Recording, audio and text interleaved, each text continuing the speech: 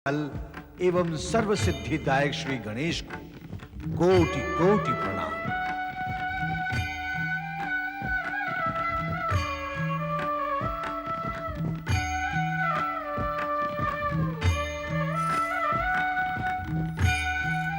सर्वप्रथम पूज्य परमेश्वराय नमो नमः। ओम विघ्नेश्वराय नमो नमः। मेरे यहाँ उपस्थित होने से आपको कोई असुविधा तो नहीं हुई गजानन गणेश? देवऋषि, असुविधा की शंका आपके मन में आई कैसे? नारायण नारायण। वो इसलिए कि जब मैंने यहाँ प्रवेश किया तो आपकी दृष्टि में वो हर्ष की स्वीकृति नहीं थी जो किसी अतिथि के आने पर अतिथेय की दृष्टि में होती है। आपके नेत्रों में क्रोध की झलक थी शिवनंदन। देवऋषि, आप तो हमारे पूज्य हैं। आप पर भला क्रोध का क्या कारण? ये अनुचित कार्य तो हमें ही पाप का भागी बना देगा। देवऋषि, हमने आपको क्रोध से नहीं, आश्चर्य से देखा था। और आश्चर्य का कारण ये था कि आप तो कभी इस ओर पधारते नहीं। आज पधारे हैं तो अवश्य विशेष उद्देश्य के साथ ही पधारे होंगे। और ये उद्देश्य क्या है, इसी ने आश्चर्य उत्पन्न कर दिया। हे विघ्न विनाशक, आपका विचार सत्य है। मैं ये तो नहीं कहूंगा कि मैं मात्र आपके दर्शन करने आया हूं, किंतु मेरा उद्देश्य ऐसा भी नहीं है जो आपको चिंतित कर दे। मैं तो यही निवेदन करने आया हूं कि देवी बुद्धि और देवी सिद्धि के साथ विवाह करने के पश्चात आप अपने माता-पिता और कैलाश को तो सर्वथा भूल ही गए हैं। नहीं देवऋषि, नहीं। माता पिता को कैसे भूला जा सकता है? तो फिर आप कैलाश आए क्यों नहीं? क्या वो समय आपकी स्मृति में दृश्यमान नहीं होता जब आपकी और कार्तिकेय के हास्य और हास्य से पूर्ण किलकारियां कैलाश पर गूंजा करती थी? क्या आपको स्मरण है कि आप दोनों को साथ-साथ प्रसन्न मुद्रा में देखकर भगवान भोलेनाथ और माता पार्वती का मुख प्रसन्न हो उठता था? आप दोनों को समीप पाकर उनका हृदय आनंदित हो जाता था। इतना ही नहीं, जो भी भक्त भगवान भोलेनाथ और माता पार्वती के दर्शनार्थ कैलाश पर आता था, वो आपके भी दर्शन पाकर धन्य धन्य हो जाता था। क्या वो सब आपको स्मरण है? है क्यों नहीं देवऋषि, अवश्य है। यदि है तो फिर आप इतने समय से वहां आए क्यों नहीं? आपके माता-पिता आपकी प्रतीक्षा करते रहते हैं, परंतु किसी से कुछ कहते नहीं। उनका दुख देखकर मैं भी दुखी होता रहता हूं। आज मैं यहाँ यही दुख प्रकट करने आया हूं।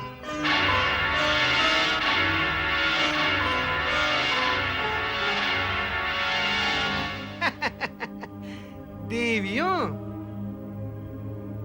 कहीं ऐसा तो नहीं कि आप दोनों के मुंह में श्री गजानन ऐसे खो गए कि उन्हें अपनों का ध्यान ही नहीं रहा?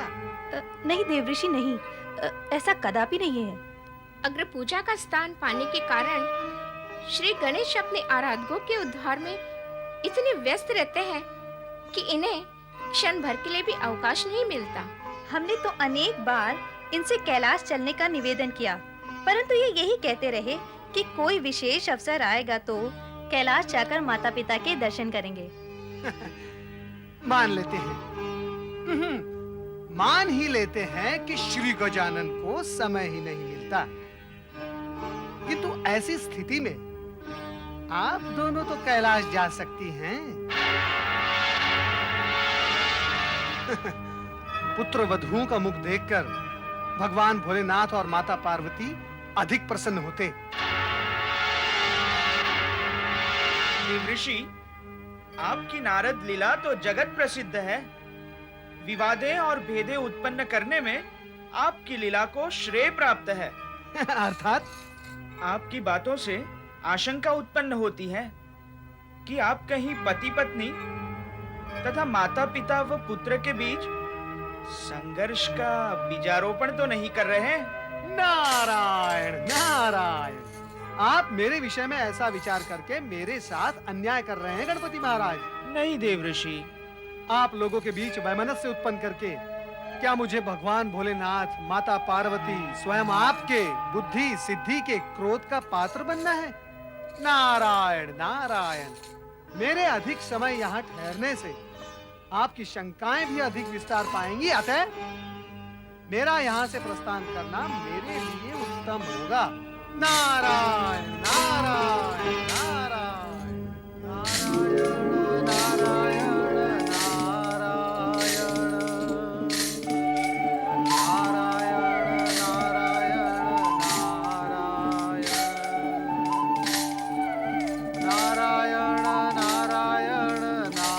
नारायण देवर्षि प्रणाम।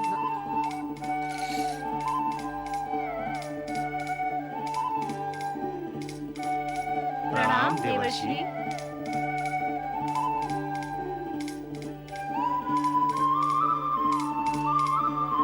प्रणाम देवर्षि।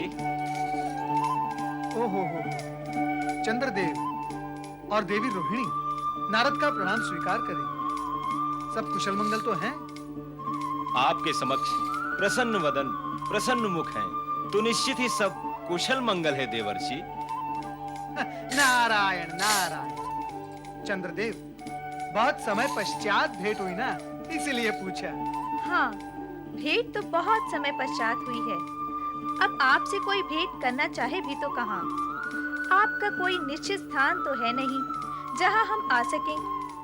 भक्त प्रहलाद प्रकरण के पश्चात तो आपने अपने आश्रम में भी जाना छोड़ दिया। अब वहाँ अन्य ऋषि मुनि ही निवास करते हैं। अर्थात आप वहाँ मुझसे भेंट करने गए थे? नहीं देवर्षि, हम वहाँ गए तो नहीं, किंतु आकाश में भ्रमण करते समय हम पृथ्वी लोक की स्थिति जान लेते हैं। इस समय आप कहाँ से पधार रहे हैं और किस ओर प्रस्थान कर रहे हैं देवर्षि? मैं गणेश लोक गया था, श्री गणेश से भेंट करने, और अब अपने गुरु बृहस्पति के पास जा रहा हूँ। किंतु देवर्षि, आप उदास क्यों हो गए? कुछ विशेष नहीं देवी, बस। कहें तो क्या बात है? हाँ, मन की बात कहने से मन की पीड़ा बाहर निकल जाती है, फिर मन पीड़ा रहित हो जाता है। श्री गणेश। नारायण नारायण नारायण नारायण नारायण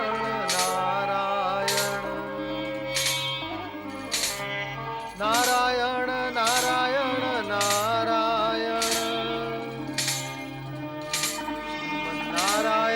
नारायण नारायण नारायण नारायण नारायण। प्रणाम गुरुदेव। आओ नारद, लगता है इन दिनों तुम बहुत व्यस्त रहते हो। यहाँ आने का समय ही नहीं है तुम्हारे पास। बैठो। तुम्हारा मित्र पर्वत तुम्हें खोजते खोजते थक गया। इस समय भी वो तुम्ही को खोजने गया है। मेरी ऐसी क्या आवश्यकता आ पड़ी गुरुदेव? नारद, तुमने हमारा शिष्यत्व ग्रहण करके हमारी पूर्ण सेवा की है। जीवन भर देवहित एवं लोकहित में कल्याणकारी कार्य करके जगत में हमारे नाम को उज्ज्वलित किया है। इसीलिए हम तुमसे प्रसन्न हैं और आशीर्वाद स्वरूप एक अद्भुत भेंट देना चाहते हैं। गुरुदेव, मैंने आपको गुरुदक्षिणा ना देकर शिष्य का समुचित कर्तव्य नहीं निभाया, इसके लिए मैं लज्जित हूँ। फिर भी आप मुझे कुछ भेंट प्रदान करना चाहते हैं? नारद, हमने तुमसे अथवा पर्वत से कभी गुरु दक्षिणा की अपेक्षा ही नहीं रखी। हम देव गुरु हैं और देव गुरु का स्थान अन्य गुरुओं की अपेक्षा विशिष्ट होता है। हमारे शिष्य हमारी कृपा के पात्र बनकर हमसे कुछ पाते ही हैं। गुरुदेव, आपने उस अद्भुत वस्तु की चर्चा करके मेरे मन में जिज्ञासा उत्पन्न कर दी है। मेरी जिज्ञासा बढ़ती ही जा रही है। कृपया कर आप मुझे ये बताएं कि वो अद्भुत वस्तु क्या है? सुनो नारद, मेरी बात ध्यान से सुनो। स्वर्ग के नंदन वन में पारिजात वृक्ष के ऊपरी भाग पर एक अद्भुत दिव्य फल उत्पन्न हुआ है। इसके विषय में हमारे अतिरिक्त और कोई नहीं जानता। ये समझो कि इस पर हमारा एकाधिकार है। तुम उस दिव्य फल को तोड़कर ले आओ और हमारा उपहार समझकर अपने पास रख लो। उस दिव्य फल को स्पर्श करते ही इच्छित वस्तु प्राप्त हो जाती है।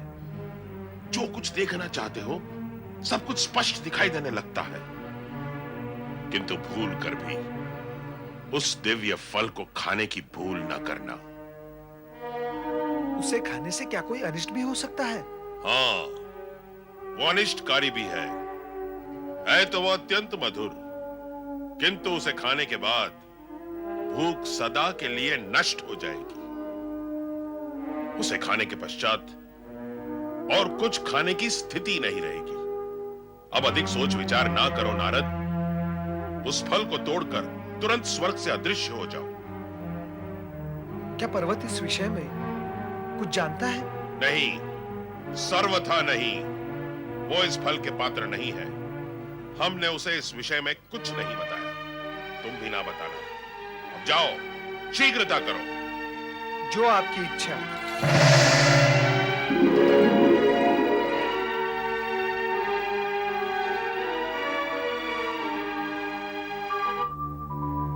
नारायण नारायण। नंदनवन, पारिजात वृक्ष, दिव्य फल।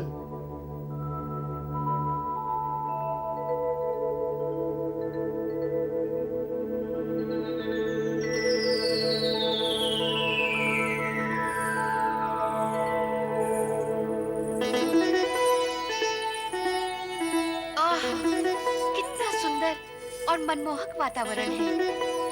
कैसी मादकता छाई हुई है। प्रिय, स्वर्ग का स्वामी होते हुए भी हम एकांत में तुमसे मिलने के लिए सदा व्याकुल रहते हैं। यह स्थिति मेरी भी है स्वामी। अपनी व्याकुलता की चर्चा मैं किससे करूं? हमसे करो। पर समय ही कहाँ है आपके पास? तुम सत्य कह रही हो। कभी राक्षसों का भय, तो कभी स्वर्ग से पलायन, कभी ब्रह्मा विष्णु महेश के पास सहायता के लिए भागदौड़, और कभी धरती पर होने वाले उत्पादों की चिंता। इन सभी कारणों से प्रेम करने का अवकाश ही नहीं मिल पाता। प्रिय, तुम्हारी मृणाल बाहों में समा जाने की इच्छा मन ही मन घुटकर रह जाती है। स्वामी, मैं भी तो आपके विशाल वक्ष में सिमट जाने के लिए कब से व्याकुल हो रही हूँ। अर्थात प्रेम की ज्वाला दोनों ओर समान रूप से प्रज्वलित है।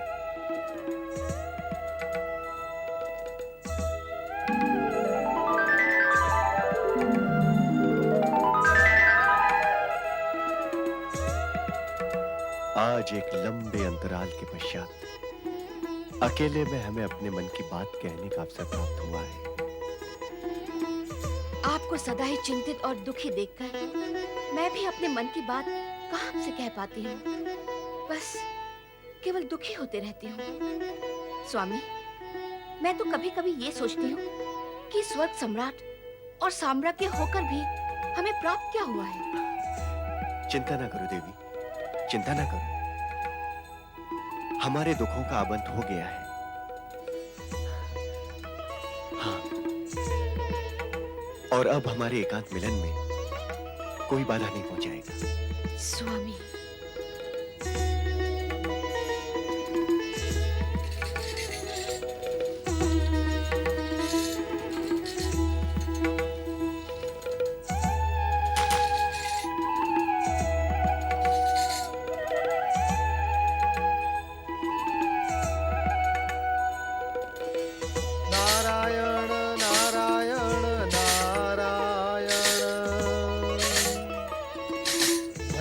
नारायण नारायण नारायण नारायण नारायण ना... हे दिव्य फल, मुझे विष्णुलोक के दर्शन कराओ। जगत के पालनहार, जगदीश्वर, मेरे स्वामी हैं। संसार को धन वैभव से समृद्ध करने वाली जगदेश्वरी मेरी पत्नी है।